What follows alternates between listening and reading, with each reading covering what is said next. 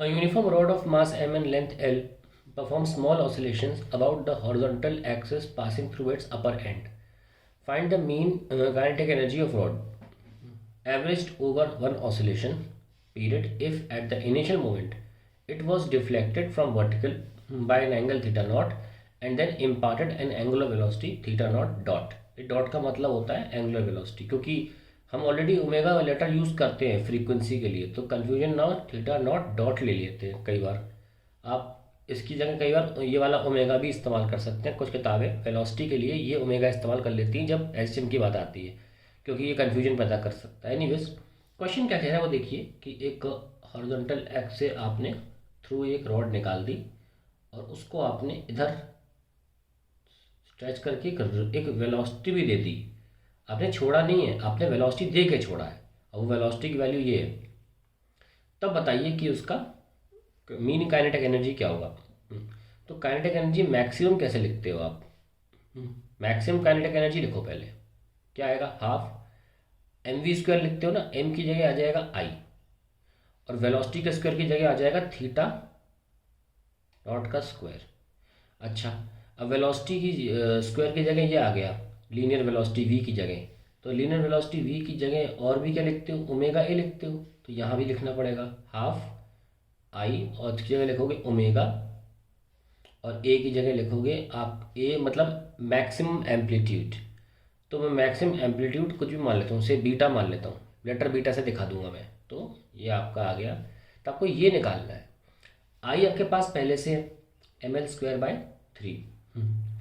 Omega square भी आप निकाल सकते हैं माजिद अपॉन आई से, है ना। ये इस तरीके के कंपाउंड पेंडुलम के फॉर्मूले में आपका जो ओमेगा ओमेगा होता है वो M G T by I होता है, जहाँ पे जो डी की वैल्यू होती है वो centre of mass of the body से जहाँ से हिंज किया है वहाँ पर वो वैल्यू होती है। तो ये जो डिस्टेंस है वो डी होता है। इसको आप सॉल्व कर सकते हैं। डी कितना है? एल बाई 2 है और आई कितना है? एम एल स्क्वायर बाई 3 है। तो ये कैंसिल हो गया, एम कैंसिल हो गया, तो यू गेट 3g बाई 12। सो आपका ओमेगा भी आ गया, तो लगे हाथ ओमेगा स्क्वायर भी आ गया, इसको रूट हटा के लिख दो 3g/12। अब सारी कहानी बीटा की है और बीटा मैक्सिमम एम्पलीट्यूड है। मैक्सिमम एम्पलीट्यूड का वेलोसिटी से रिलेटेड फॉर्मूला होना चाहिए, क्योंकि मेरे पास वेलोसिटी वाला फॉर्मूला है। क्या होता है? V square equals to omega square maximum amplitude square minus उस वक्त जो एंगल आपने दिया जिस पर आपने वेलोसिटी दी वो वाला स्क्वायर। तो वो आपने एंगल थीटा नॉट दिया था, आपने ऐसा बोला है कि थीटा नॉट एंगल पर आपने वेलोसिटी प्रदान करी, ठीक है। तो यहाँ से आपका वो आ जाएगा V square divided by omega square plus theta naught square is equals to beta square. तो बीटा स्क्वायर भी आ गया।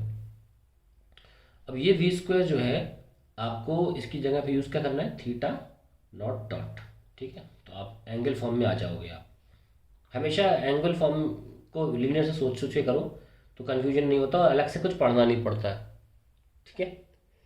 तो अब हम बस बीटा स्क्वायर आ गया है चौड़ा, हम इसको थोड़ा सॉल्व कर लेते हैं। ये तो लेटर हमें इस्तेमाल करना है, कोई इशू नहीं है, पर 1/ओमेगा स्क्वायर क्या होगा? इसका उल्टा, यानी कि 2l/3g। तो ये आ गया। ये लेटर भी हमें इस्तेमाल करना है तो कोई इशू नहीं है, और बीटा स्क्वायर आ गया। अब आपको ये चीज़ें यहाँ रख लेनी है। तो अब क्या आपका आंसर आ जाएगा? के E max. I hope frame में आ रहा हो। हाँ, आ रहा है फ्रेम में। सो 1/2 ml² बाई 3। ओमेगा स्क्वायर क्या है? ये लिखा 3g/2l। और बीटा स्क्वायर क्या है? जो लेटर यूज़ करना है उसको मैं निकाल दिया मैंने, ये रहा थीटा नॉट का square 2l/3g plus theta naught square. तो ये आपका फाइनल आंसर नहीं है, क्योंकि आपको मीन काइनेटिक एनर्जी पूछी है और मीन काइनेटिक एनर्जी क्या होता है? इसका आधा, तो 1/4 हो जाती है। तो अब आपका जो भी आंसर आएगा यहाँ के बाद उसका आप 1/2 कर देंगे, तो that will be your answer. अगर आप चाहते हैं मैं करूँ, चलिए मैं कर देता हूँ। पहले यहाँ यहाँ जो कर सकते हैं वो कर ले। 3 से 3 कैंसिल, एल से एल कैंसिल, तो क्या बचा?